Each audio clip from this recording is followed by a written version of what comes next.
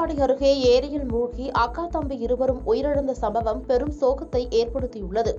திருப்பத்தூர் மாவட்டம் வாணியம்பாடி அடுத்த கொத்தக்கோட்டை புளியந்தோப்பு பகுதியைச் சேர்ந்த கூலி தொழிலாளியான முருகன் மாலதி தம்பதியினருக்கு 2 மகன் மற்றும் ஒரு மகள் உள்ளனர். இந்நிலையில் கொத்தக்கோட்டை அரசு துவக்கப் பள்ளியில் 3 பேரும் படித்து வருகின்றனர். பள்ளி விடுமுறை என்பதால் ஜோதிகா மற்றும் ஜோதிஷ் ஆகிய இருவரும் வீட்டின் அருகே உள்ள எராக்குட்டை ஏரியில் தங்களது வளர்ப்பு நாயை குளிப்பாட்ட கொண்டு சென்றுள்ளனர். அப்போது எதிர்பாராத விதமாக இருவரும் ஏரியில் தவறி விழுந்து நீரில் மூழ்கியுள்ளனர். இதனை கண்ட அப்பகுதி மக்கள் நீரில் மூழ்கிய இருவரையும் சடலமாக மீட்டுள்ளனர். இதுகுறித்து தகவல் அறிந்த வாணியம்பாடி கிராமிய போலீசார் ஏரியில் மூழ்கி உயிரிழந்த 2 சிறுவர்களையும் மீட்டு பிரேத பரிசோதனைக்காக வாணியம்பாடி அரசு மருத்துவமனைக்கு அனுப்பி வைத்து வழக்கு பதிவு செய்து விசாரணை மேற்கொண்டு வருகின்றனர். எடப்பாடி அருகே சொத்து தகராறின் காரணமாக தந்தை மற்றும் மகன் இருவரை கத்தியால் குத்திய இருவரை போலீசார் கைது செய்துள்ளனர்.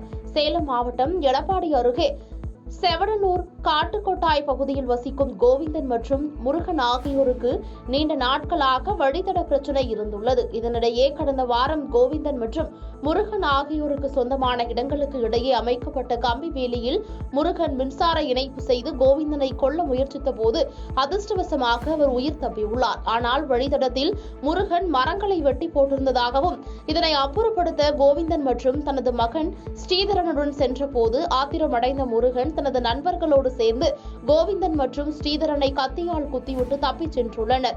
அப்போது இருவரின் அலறல் சத்தம் கேட்டு வந்த அக்கம் பக்கத்தினர் இருவரையும் மீட்டு எடப்பாடி அரசு மருத்துவமனைக்கு அனுப்பி வைத்தனர். அங்கு கோவிந்தன் சிகிச்சை பலனின்றி பரிதாபமாக உயிரிழந்தார். மேலும் படுகாயமடைந்த ஸ்ரீதரன் மேல் சிகிச்சைக்காக சேலம் அரசு மருத்துவமனையில் தீவிர சிகிச்சை பெற்று வருகிறார். தகவல் அறிந்த பூலாம்பட்டி போலீசார் முருகன் மற்றும் அவரது மகன் தாமோதரனை கைது செய்து தீவிர விசாரணை மேற்கொண்டு வருகின்றனர்.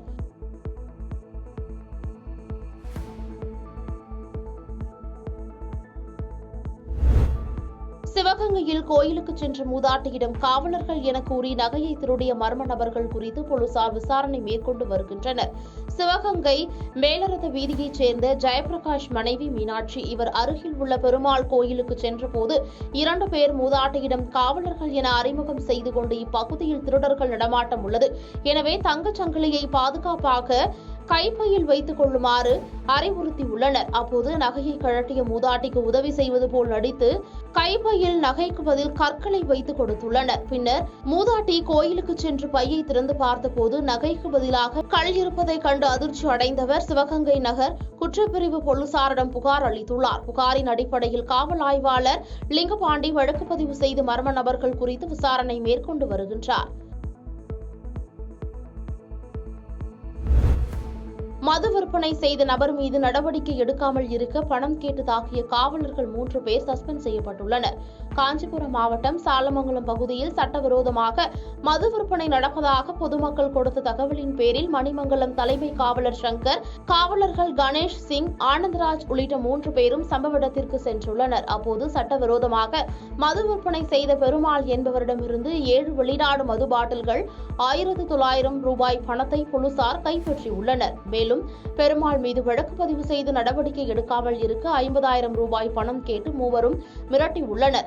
பெருமாள் பணம் தர மறுத்ததால் 3 பேரும் சேர்ந்து அவரை சரமாரியாக தாக்கியதில் காயமடைந்த பெருமாள் தனியார் மருத்துவமனையில் சிகிச்சைக்காக சேர்க்கப்பட்டுள்ளார். இதையடுத்து மருத்துவமனை நிர்வாகம் மணிமங்கலம் போலீசாருக்கு கொடுத்த தகவலின் பேரில் விசாரணை மேற்கொண்டதில் காவலர்கள் பணம் கேட்டு மிரட்டி பெருமாளை தாக்கியது உறுதியானது.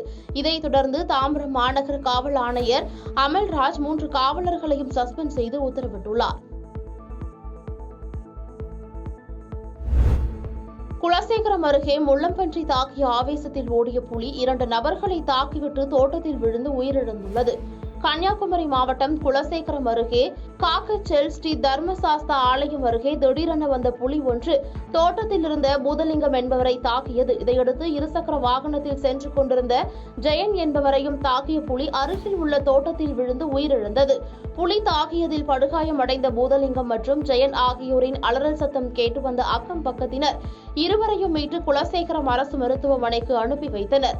எனினும் படுகாயமடைந்த பூதலிங்கத்தை மேல் சிகிச்சைக்காக மார்த்தாண்டம் தனியார் மருத்துவமனைக்கு கொண்டு சென்றனர். தொடர்ந்து தகவல் அறிந்து சம்பவ இடத்திற்கு வந்த குலசேகரம் வனத்துறையினர் புலியை ஆய்வு செய்ததில் சுமார் 15 வயதுடைய பெண் புலி முள்ளம்பன்றியை தாக்கிவிட்டு உடலில் முள்பட்டு படுகாயத்துடன் ஓடி வந்த ஆவேசத்தில் தொழிலாளியை தாக்கிவிட்டு உயிரிழந்திருக்கலாம் என முதற்கட்ட தகவலை தெரிவித்தனர்.